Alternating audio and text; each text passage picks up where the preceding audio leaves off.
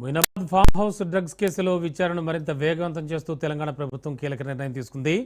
Breaking లో చూస్తున్నాం. ఈ కేసు వెనుక ఉన్న మూలాలను అంతర్రాష్ట్ర నెట్వర్క్ను ఛేదించేందుకు ప్రభుత్వం సిట్ ఏర్పాటు చేసింది. ఈ సిట్కు చీఫ్గా చేవెళ్ల డీసీపీ యోగేష్ గౌతమ్ను నియమించగా ఈ బృందంలో Greyhounds commander M Ravinder Reddy, Shadnagar DCP Sirisha, eagle force అధికారులు సి హరీష్ చంద్రారెడ్డి, ఎన్ బుచ్చేలతో పాటు మొయినాబాద్ ఎస్హెచ్ఓ మల్లికార్జున్ రెడ్డి, ఎస్ఐఎల్ కోటేశ్వరరావు, అలాగే సదాత్ అలీ సభ్యులుగా ఉన్నారు. ఉన్నత స్థాయి అధికారులతో కూడిన ఈ బృందం డ్రగ్స్ కోణంతో పాటు నిందితుల ఆర్థిక మూలాలపై కూడా దృష్టి సారిస్తుంది.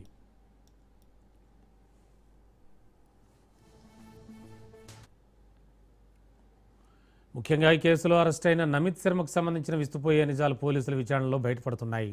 ఇతను కేవలం డ్రగ్స్ వ్యవహారాలునే కాకుండా రాజకీయ అండదండలు ఉన్నాయని నమ్మించి మోసాలకు పాల్పడే ఒక ఆరితేరిన చీటర్గా పోలీసులు గుర్తించారు. ఢిల్లీ వంటి ముఖ్య నగరాల్లోని కొంతమంది ప్రజాప్రతినిధులు, వ్యాపారవేత్తలతో పరిచయాలు పెంచుకుని తద్వారా భారీగా అక్రమ లావాదేవీలు జరిపినట్లు ఆధారాలు లభించాయి. కొన్ని సందర్భాల్లో తానే ఒక ఎంపీ లేదా ఎమ్మెల్యేగా పరిచయం చేసుకుని కాంట్రాక్ట్లు ఇప్పిస్తానంటూ పెద్ద ఎత్తున సొమ్ము కొట్టేసినట్లు దర్యాప్తులో తేలింది.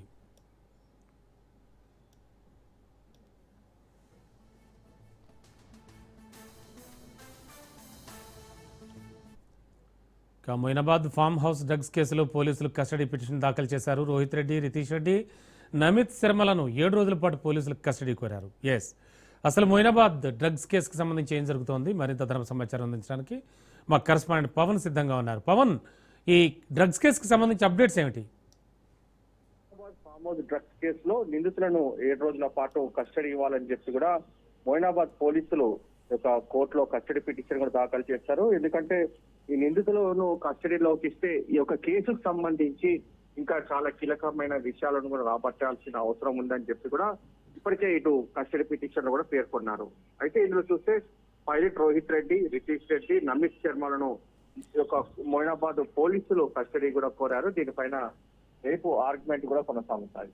అయితే ఇందులో చూస్తే మాత్రం ప్రధానంగా పోలీసుల పైన నమిత్ శర్మ కాల్పులు జరుపుతాము పోలీసులు చాలా సీరియస్ గా తీసుకున్నారు. ఎందుకంటే అక్కడ డ్రగ్స్ పార్టీ జరుగుతుందని చెప్పి పక్కా ఇన్ఫర్మేషన్ తోనే ఈగల్ టీం వెళ్తే వారిపైనే యొక్క గాల్లో కాల్పులు జరపడం పట్ల దీనికి సంబంధించి రితీష్ రెడ్డి యొక్క గన్ను కూడా లైసెన్స్ క్యాన్సిల్ చేయాలని చెప్పి కూడా ఇప్పటికే ఇటు పోలీసులు ఒక లేఖ కూడా సిద్ధం చేసినట్టుగా మనకు సమాచారం తెలుస్తుంది. మరోవైపు రేపు ఆర్గ్యుమెంట్ కొనసాగితే దాని తర్వాత కోర్టు వీరికి ఎన్ని రోజుల పాటు కస్టడీ ఇస్తుందనేది మాత్రం వేచి చూడాల్సిన పరిస్థితి.